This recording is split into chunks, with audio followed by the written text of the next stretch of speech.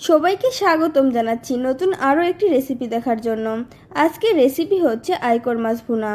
খুবই সহজভাবে তৈরি করে দেখাবো, নতুন রাঁধুনি বা ব্যাচেলার যে কেউ তৈরি করে নিতে পারবে। প্রথমে আমি মাছগুলো ভালোভাবে ধুয়ে নিয়েছি। স্বাদ মতো লবণ, হাফ চামচ হলুদের গুঁড়ো, হাফ চামচ মরিচের গুঁড়ো দিয়ে আমি ভালোভাবে মাখিয়ে নিব।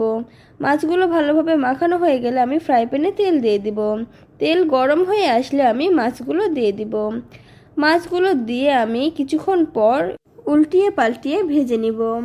মাছগুলো আমি একটু সময় নিয়ে ভাজবো। এই তো মাছগুলো ভাজা হয়ে গেছে, এখন আমি তুলে নিচ্ছি একটি প্লেটে।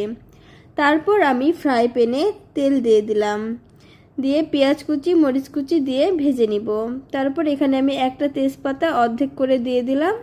এখানে আমি 4টা সাদা এলাচ, একটা কালো এলাচ, 2টা দারচিনি দিয়ে এখন নেড়ে দিচ্ছি। তারপর আমি 1 চামচ আস্ত গোটা জিরা দিয়ে দিলাম। এখানে আমি 1 পিস আদা রসুন জিরা পেস্ট, স্বাদ মতো লবণ, 1 চামচ হলুদের গুঁড়ো, 1 চামচ মরিচের গুঁড়ো, 1 চামচ ধনিয়ার গুঁড়ো দিয়ে এখন নেড়ে দিচ্ছি। তারপর আমি সামান্য পরিমাণের পানি দিয়ে দেব, দিয়ে এখন আমি ঢাকনা দিয়ে ঢেকে দিব। এভাবে আমি মশলাটা কষিয়ে নিব। মশলার গায়ে যখন তেল তেল ভাব উঠে আসবে তখন আমি আইকর মাছগুলো দিয়ে দিব। এইভাবে রান্না করলে খেতে কিন্তু অনেক মজা লাগে। আর মাছগুলো খুব আমি আস্তে আস্তে উল্টে পাল্টে দিব, না হলে কিন্তু ভেঙে যাবে। তারপর আমি পরিমাণ মতো পানি দিয়ে দিলাম, দিয়ে নেড়ে ঢাকনা দিয়ে ঢেকে দিব। এইভাবে আইকর মাছ ভুনা করলে খেতে কিন্তু অনেক মজা লাগে।